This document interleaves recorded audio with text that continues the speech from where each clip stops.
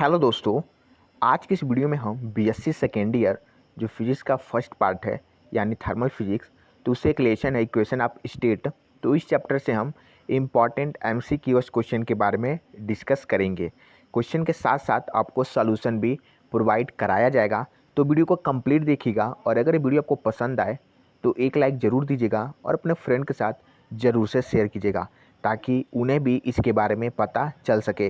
तो चलिए वीडियो को शुरू करते हैं। तो यहाँ पर जो सबसे पहला क्वेश्चन है, क्वेश्चन कह रहा है the Boyle temperature of a gas is 54 degree centigrade. What will be the critical temperature and temperature of inversion respectively. तो इस क्वेश्चन में आपको बॉयल्स टेम्परेचर एक गैस का दे दिया गया है, ठीक है। आपको क्रिटिकल टेम्परेचर यहाँ पर देख सकते हैं और टेम्परेचर ऑफ इन्वर्जन आपको बताना है। तो यहाँ पर ऑप्शन एक आपका करेक्ट होगा। यहाँ पर क्रिटिकल टेम्परेचर 16 डिग्री सेंटीग्रेड होगा और temperature of inversion 108 degree centigrade होगा। कैसे होगा मैं ये भी आपको बता देता हूँ, हिंट थोड़ा सा दे देता हूँ। तो आपने पढ़ा होगा बॉयल्स टेम्परेचर और क्रिटिकल टेम्परेचर में एक रिलेशन होता है। तो सबसे पहले आप उसके हेल्प से क्रिटिकल टेम्परेचर निकालेंगे। फिर एक और एक्सप्रेशन होता है क्रिटिकल टेम्परेचर और टेम्परेचर ऑफ इन्वर्जन के बीच में, तो आप उस एक्सप्रेशन से टेम्परेचर ऑफ इन्वर्जन निकालेंगे। यानी दोनों काफ़ी इजी फार्मूला से एक लाइन में आप निकाल सकते हैं। तो उसके हेल्प से निकालेंगे तो ऑप्शन ए आपका करेक्ट आएगा। चलिए हम दूसरा क्वेश्चन देखते हैं। तो दूसरा क्वेश्चन कह रहा है यहाँ पर the temperature at which there is no change of temperature when the gas passes through the porous plug is known as. आपको बताना है, ये क्वेश्चन पूछ रहा है ये क्या है, ठीक है। तो यहाँ पर आपका पहला ऑप्शन है इन्वर्जन टेम्परेचर, दूसरा है क्रिटिकल टेम्परेचर, तीसरा है बोथ ए एंड बी और चौथा है नन ऑफ दिस। तो इसमें ऑप्शन एक करेक्ट होगा, इन्वर्जन टेम्परेचर होता है। तो ऐसे क्वेश्चन आएगा, ठीक है। यहाँ पर एक ये डिफिनीशन भी है, अगर आप डिफिनीशन यहाँ से जान जाते हैं चाहे पढ़े हैं, तो अगर इस डिफिनीशन पर कोई क्वेश्चन बनता है, जैसे यहाँ पर डायरेक्ट डिफिनीशन पे ही क्वेश्चन बना है, तो कितनी आसानी से यहाँ पर आप बता सकते हैं। और इससे रिलेटेड अगर कोई और क्वेश्चन बनते हैं तो वो भी आप आसानी से बता सकते हैं। तो ऐसे करके क्वेश्चन आएंगे, बिल्कुल घबराने की बात नहीं है। अब चलते हैं तीसरा क्वेश्चन देखते हैं। तो तीसरा क्वेश्चन कह रहा है यहाँ पर the temperature below which the gas can be liquefied by the application of pressure alone each। ठीक है। तो यहाँ पर आपको बताना है कि आपको बताना है वो टेम्परेचर जिसके नीचे गैस को, ठीक है, लिक्विफाइड किया जा सकता है केवल प्रेशर के हेल्प से, केवल प्रेशर के हेल्प से। तो उस टेम्परेचर को हम क्या कहेंगे। तो यहाँ पर इसके लिए क्रिटिकल टेम्परेचर डिफाइंड होता है, ठीक है। तो यहाँ पर ऑप्शन बी करेक्ट होगा, क्रिटिकल टेम्परेचर होता है। तो ऐसे एग्जाम में क्वेश्चन पूछे जा सकते हैं। चलते हैं चौथा क्वेश्चन पे।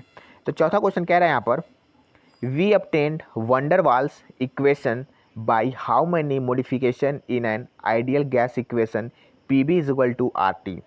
ठीक है, आपको बताना है कि जो वंडर वाल इक्वेशन होता है, ठीक है, वो कैसे हम प्राप्त करेंगे, कितने प्रकार का, कितने टाइम हम मॉडिफिकेशन करते हैं आइडियल गैस इक्वेशन में जो कि PV is equal to RT है। इसमें कौन कौन से मॉडिफिकेशन करते हैं ताकि हम वंडर वाल इक्वेशन प्राप्त कर सकें। तो जैसे कि आपने पढ़ा होगा दो तरह का हम मॉडिफिकेशन करते हैं, एक प्रेशर में करते हैं, एक वॉल्यूम में करते हैं, ठीक है। तो यहाँ पर ऑप्शन बी करेक्ट होगा, टू काइंड्स का यहाँ पर मॉडिफिकेशन किया जाता है। आपको पता होगा कौन कौन से यहाँ पर मॉडिफिकेशन किया जाता है।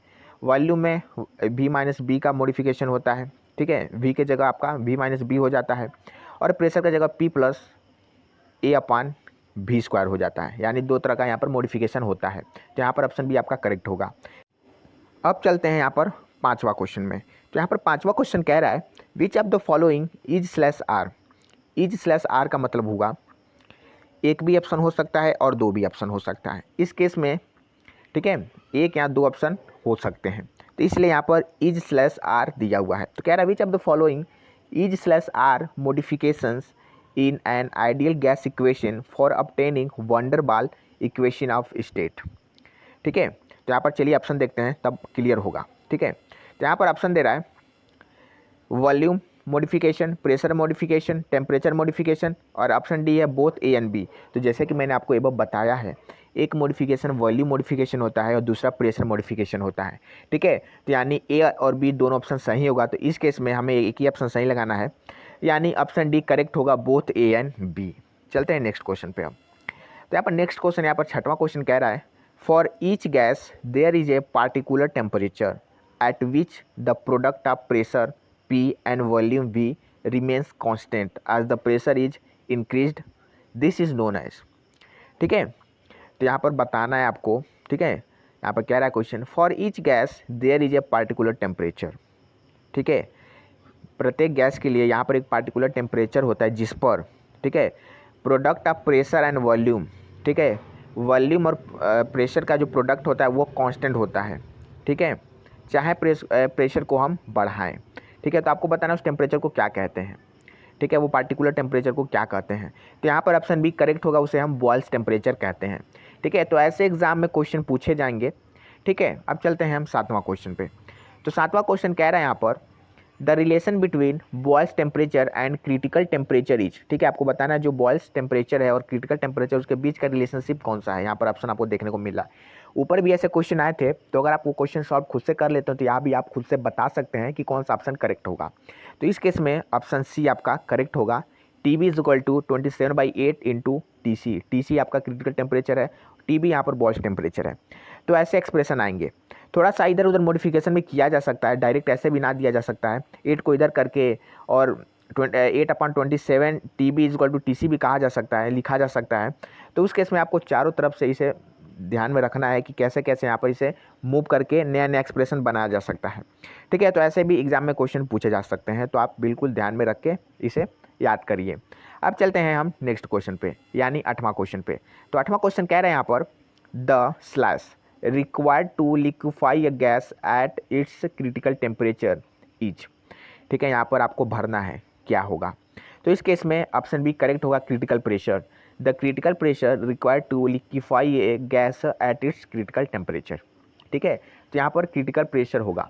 तो ऐसे करके आपको डिफिनीशन भी थोड़ा सा पढ़ लेना है, कौन सा क्या होता है, रिलेशनशिप भी पढ़ लेना है, ठीक है। यहाँ पर न्यूमेरिकल क्वेश्चन भी आ सकते हैं और डायरेक्ट रिलेशन पे भी क्वेश्चन आ सकते हैं कि आपको रिलेशनशिप बताना है, दो आपका कोई अननोन क्वांटिटी दे देगा उसके बीच का रिलेशन आपको बताना है। तो बस आप इसे अगर एक दो भी याद करते हैं तो आप इसे डिराइव कर सकते हैं, ज़्यादा टफ नहीं होता है। और आप याद कर लें सारा तो वो भी बहुत अच्छा है।